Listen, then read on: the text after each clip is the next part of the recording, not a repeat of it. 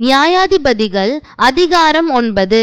யெருபாகாலின் குமாரன் அபிமெலேக்கு சீகேமில் இருக்கிற தன் தாயின் சகோதரரிடத்திற்கு போய் அவர்களையும் தன் தாயின் தகப்பனுடைய வம்சமான அனைவரையும் நோக்கி, யெருபாகாலின் குமாரர் 70 பேராகிய எல்லாரும் உங்களை ஆளுவது உங்களுக்கு நல்லதோ, ஒருவன் மாத்திரம் உங்களை ஆளுவது உங்களுக்கு நல்லதோ என்று நீங்கள் சீகேமில் இருக்கிற சகல பெரிய மனுஷரின் காதுகளும் கேட்க பேசுங்கள்.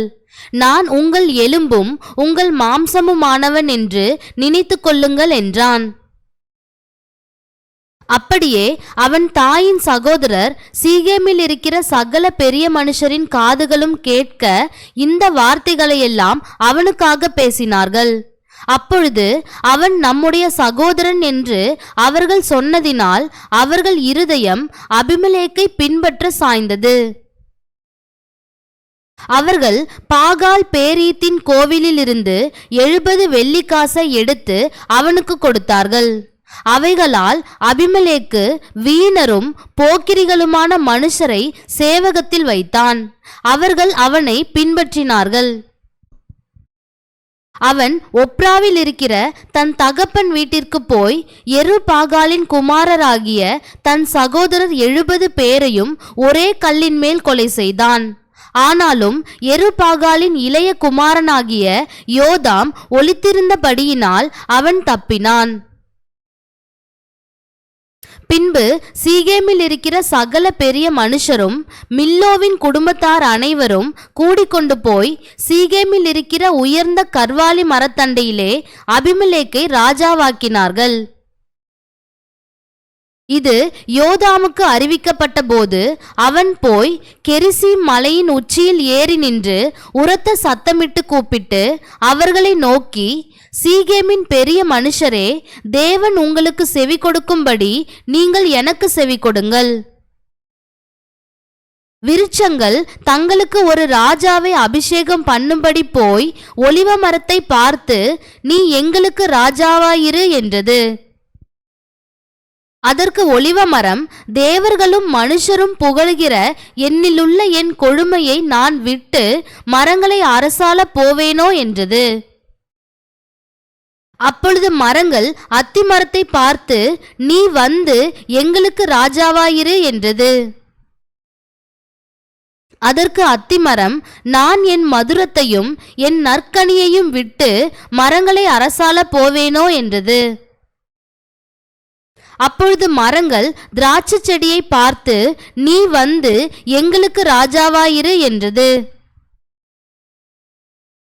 அதற்கு திராட்சை செடி, தேவர்களையும் மனுஷரையும் மகிழ பண்ணும் என் ரசத்தை நான் விட்டு மரங்களை அரசாள போவேனோ என்றது.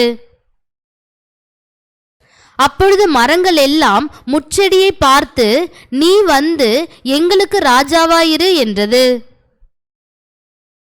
அதற்கு முட்செடியானது மரங்களை பார்த்து, நீங்கள் என்னை உங்களுக்கு ராஜாவாக அபிஷேகம் பண்ணுகிறது மெய்யானால் என் நிழலிலே வந்தடையுங்கள், இல்லாவிட்டால் முட்செடியிலிருந்து அக்கினி புறப்பட்டு லீபனோனின் கேதுரு மரங்களை பட்சிக்க கடவது என்றது.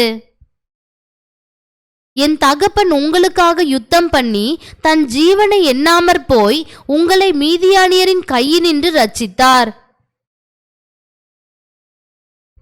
நீங்களோ இன்று என் தகப்பனுடைய குடும்பத்துக்கு விரோதமாய் எழும்பி அவருடைய குமாரரான 70 பேரையும் ஒரே கல்லின் மேல் கொலை செய்து அவருடைய வேலைக்காரியின் மகனாகிய அபிமெலேக்கு உங்கள் சகோதரன் ஆனபடியினால் அவனை சீகேம் பட்டணத்தாருக்கு ராஜாவாக்கினீர்கள். இப்போதும் நீங்கள் அவனை ராஜாவாக்கின செய்கை உண்மையும் உத்தமமான செய்கையாயிருக்குமானால், நீங்கள் யெருபாகாலையும் அவர் குடும்பத்தாரையும் நன்மையாக நடத்தி அவர் கைகளின் செய்கைக்கு தக்கதை அவருக்கு செய்து, இப்படி இந்நாளில் அவரையும் அவர் குடும்பத்தாரையும் நடத்தினது உண்மையும் உத்தமமாயிருக்குமானால், அபிமெலேக்கின் மேல் நீங்களும் சந்தோஷமாயிருங்கள், உங்கள் மேல் அவனும் சந்தோஷமாயிருக்கட்டும்.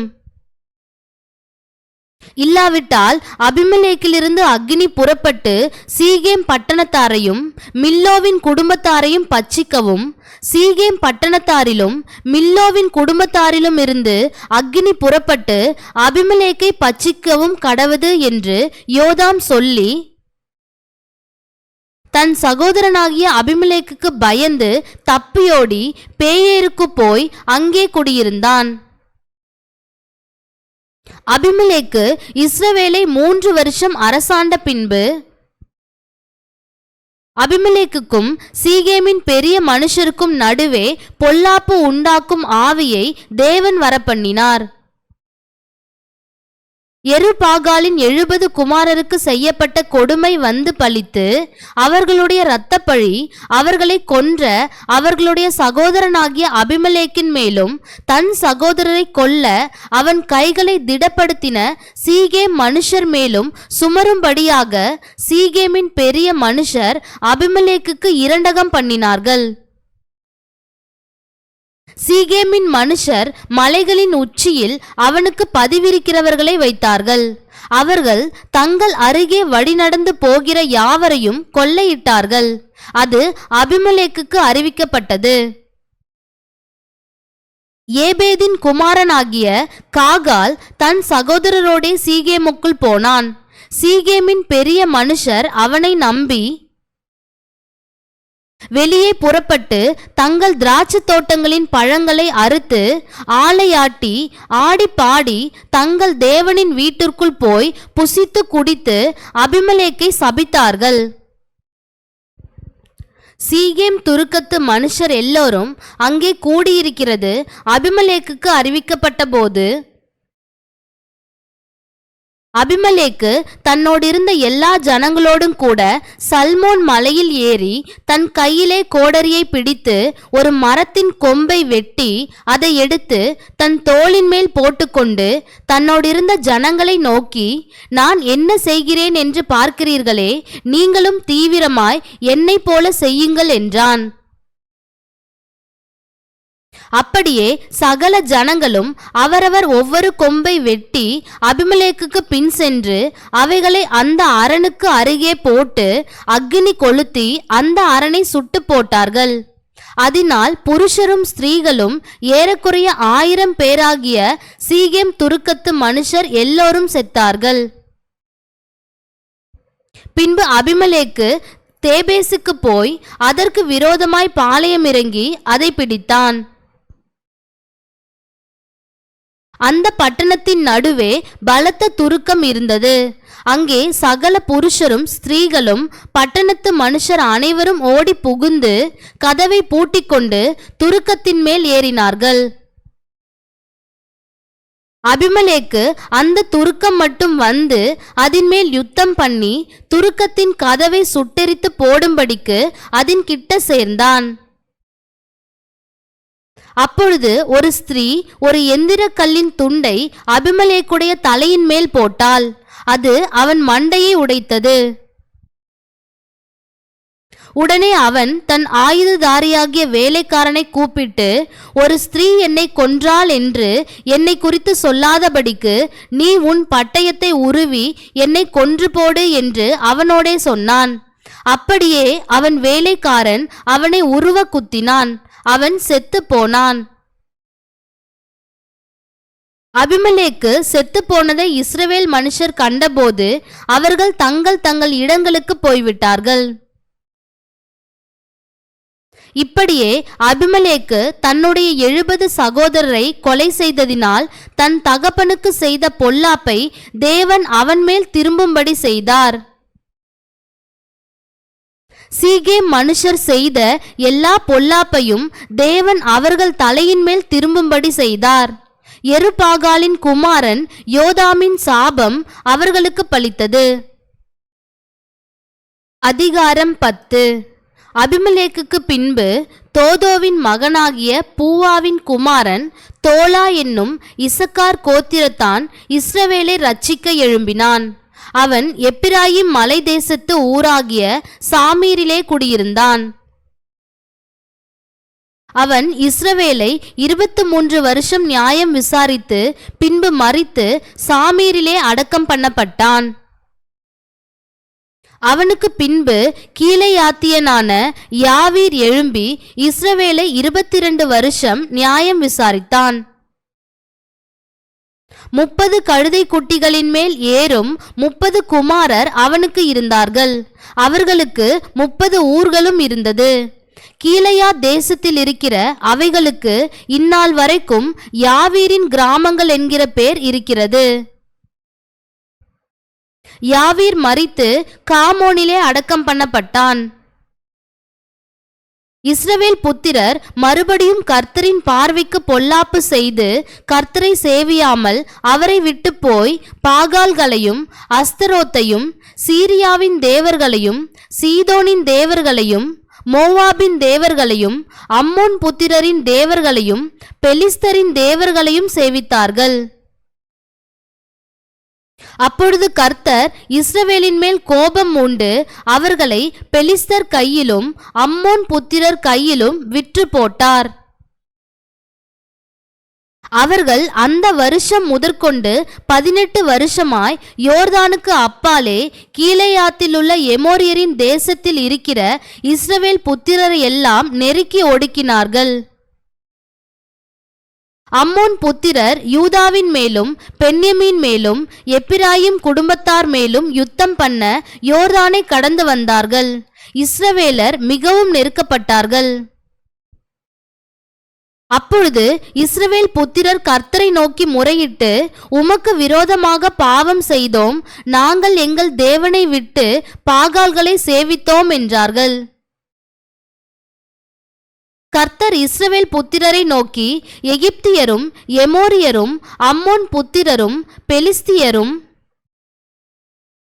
சீதோனியரும் அமலேக்கியரும் மாகோனியரும் உங்களை ஒடுக்கும் சமயங்களில் நீங்கள் என்னை நோக்கி முறையிட்ட போது நான் உங்களை அவர்கள் கைக்கு நீங்களாக்கி ரட்சிக்கவில்லையா? அப்படி இருந்தும் நீங்கள் என்னை விட்டு அந்நிய தேவர்களை சேவித்தீர்கள். ஆகையால் இனி உங்களை ரட்சியேன். நீங்கள் போய் உங்களுக்காக தெரிந்து கொண்ட தேவர்களை நோக்கி முறையிடுங்கள், அவைகள் உங்கள் ஆபத்தின் காலத்தில் உங்களை ரட்சிக்கட்டும் என்றார். இஸ்ரவேல் புத்திரர் கர்த்தரை நோக்கி, பாவம் செய்தோம், தேவரீர் உம்முடைய பார்வைக்கு நலமானதை எங்களுக்கு செய்யும், இன்றைக்கு மாத்திரம் எங்களை ரட்சித்தருளும் என்று சொல்லி அந்நிய தேவர்களை தங்கள் நடுவிலிருந்து விலக்கிவிட்டு கர்த்தருக்கு ஆராதனை செய்தார்கள். அப்பொழுது அவர் இஸ்ரவேலின் வருத்தத்தை பார்த்து மனதுருகினார். அம்மோன் புத்திரர் கூட்டம் கூடி கீலேயாத்திலே பாளையமிறங்கினார்கள். இஸ்ரவேல் புத்திரரும் கூடிக்கொண்டு மிஸ்பாவிலே பாளையமிறங்கினார்கள்.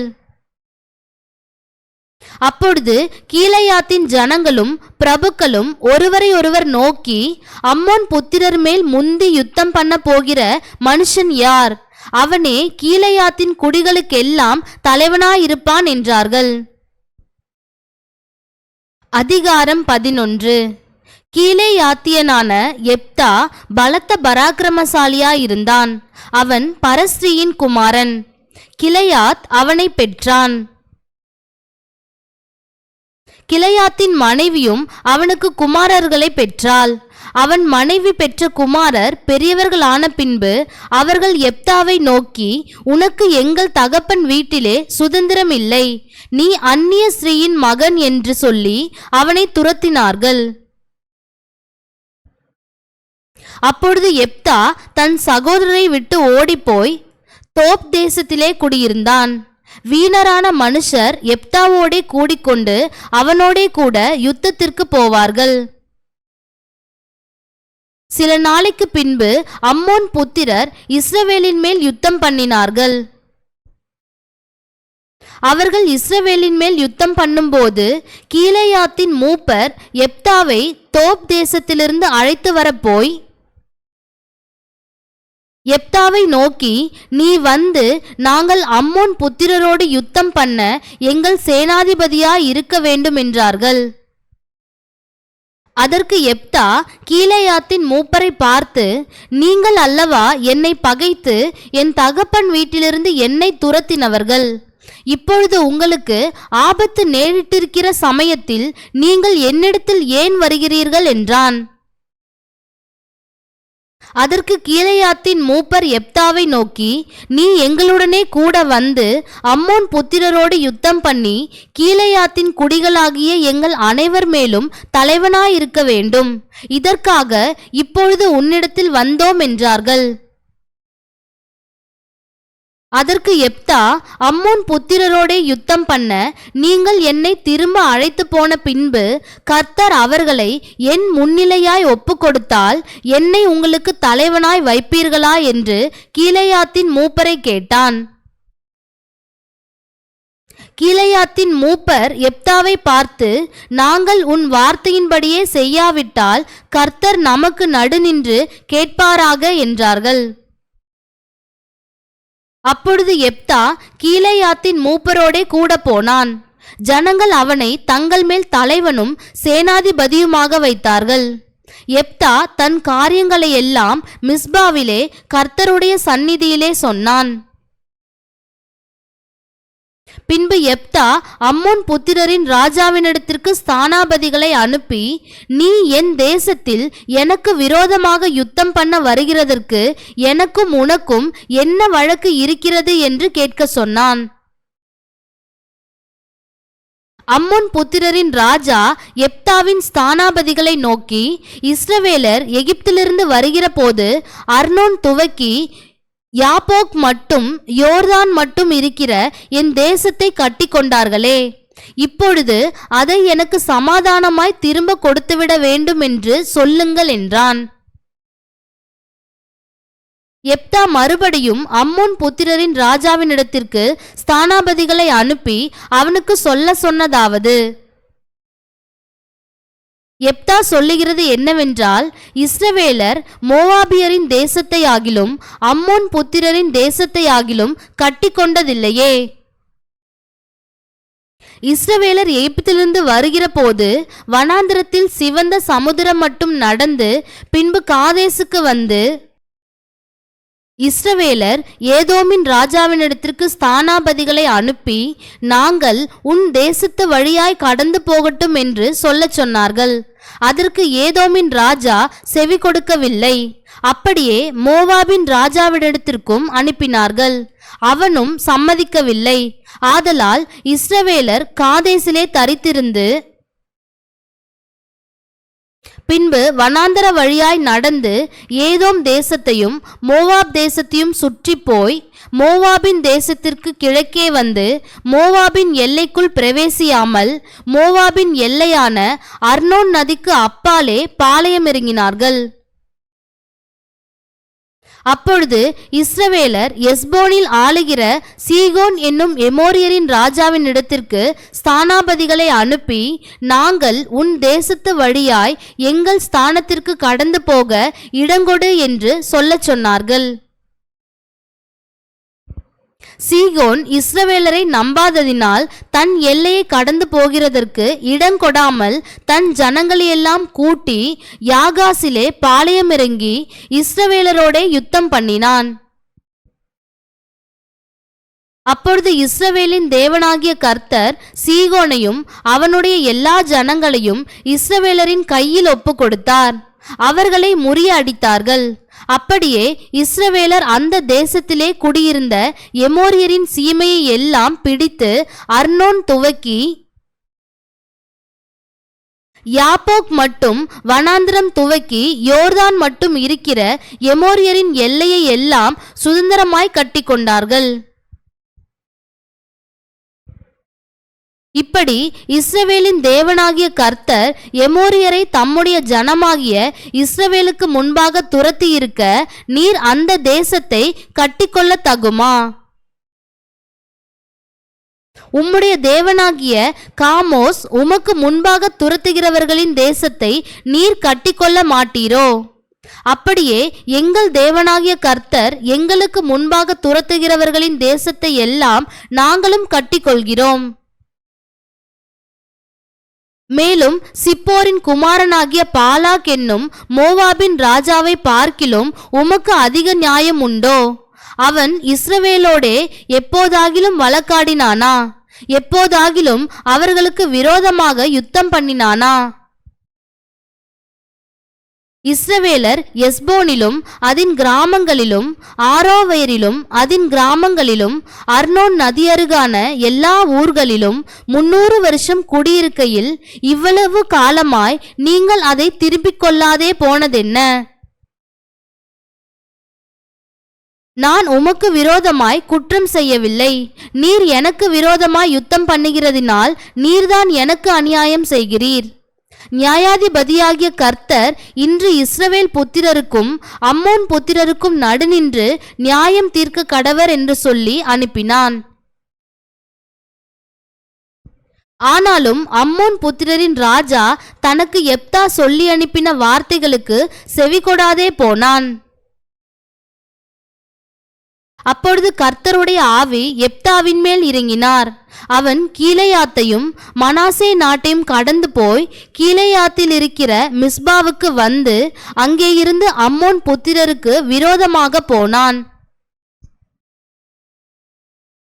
அப்பொழுது எப்தா கர்த்தருக்கு ஒரு பொருத்தனையை பண்ணி, தேவரீர் அம்மோன் புத்திரரை என் கையில் ஒப்புக்கொடுக்கவே ஒப்புக்கொடுத்தால் நான் அம்மோன் புத்திரரிடத்திலிருந்து சமாதானத்தோடே திரும்பி வரும்போது என் வீட்டு வாசற்படியிலிருந்து எனக்கு எதிர்கொண்டு வருவது எதுவோ அது கர்த்தருக்கு உரியதாகும். அதை சர்வாங்க தகன பலியாய் செலுத்துவேன் என்றான். எப்தா அம்மோன் புத்திரரின் மேல் யுத்தம் பண்ண அவர்களுக்கு விரோதமாய் புறப்பட்டு போனான். கர்த்தர் அவர்களை அவன் கையில் ஒப்புக்கொடுத்தார். அவன் அவர்களை ஆரோவேர் துவக்கி மின்னித்திற்கு போகும் மட்டும் திராட்சை தோட்டத்தின் நிலங்கள் வரைக்கும் மகா சங்காரமாய் முறியடித்து 20 பட்டணங்களை பிடித்தான். இப்படி அம்மோன் புத்திரர் இஸ்ரவேல் புத்திரருக்கு முன்பாக தாழ்த்தப்பட்டார்கள். எப்தா மிஸ்பாவில் இருக்கிற தன் வீட்டுக்கு வருகிற போது இதோ அவன் குமாரத்தி தம்புரு வாசித்து நடனம் செய்து அவனுக்கு எதிர்கொண்டு வந்தாள். அவள் அவனுக்கு ஒரே பிள்ளையானவள். அவளை அல்லாமல் அவனுக்கு குமாரனும் இல்லை, குமாரத்தியும் இல்லை. அவன் அவளை கண்டவுடனே தன் வஸ்திரங்களை கிழித்து கொண்டு, ஐயோ என் மகளே, என்னை மிகவும் மனமடியவும் கலங்கவும் பண்ணுகிறாய். நான் கர்த்தரை நோக்கி என் வாயை திறந்து சொல்லிவிட்டேன், அதை நான் மாற்றக்கூடாது என்றான். அப்பொழுது அவள், என் தகப்பனே, நீர் கர்த்தரை நோக்கி உம்முடைய வாயை திறந்து பேசினீர் அல்லவோ? அம்மோன் புத்திரராகிய உம்முடைய சத்துருக்களுக்கு நீதியை சரிக்கட்டும் ஜெயத்தை கர்த்தர் உமக்கு கட்டளையிட்டபடியினால் உம்முடைய வாயிலிருந்து புறப்பட்டபடியே எனக்கு செய்யும் என்றாள். பின்னும் அவள் தன் தகப்பனை நோக்கி, நீர் எனக்கு ஒரு காரியம் செய்ய வேண்டும். நான் மலைகளின் மேல் போய் திரிந்து நானும் என் தோழிமார்களும் என் கன்னிமையின் நிமித்தம் துக்கம் கொண்டாட எனக்கு 2 மாதம் தவணை கொடும் என்றாள். அதற்கு அவன், போய் வா என்று அவளை 2 மாதத்திற்கு அனுப்பிவிட்டான். அவள் தன் தோழிமார்களோடும் கூட போய் தன் கன்னிமையின் நிமித்தம் மலைகளின் மேல் துக்கம் கொண்டாடி 2 மாதம் முடிந்த பின்பு தன் தகப்பனிடத்திற்கு திரும்பி வந்தாள். அப்பொழுது அவன் பண்ணியிருந்த தன் பொருத்தனையின்படி அவளுக்கு செய்தான். அவள் புருஷனை அறியாதிருந்தாள். இது நிமித்தம் இஸ்ரவேலின் குமாரத்திகள் வருஷந்தோறும் போய் 4 நாள் கீலேயாத்தியனான எப்தாவின் குமாரத்தியை குறித்து புலம்புவது இஸ்ரவேலிலே வழக்கமாயிற்று.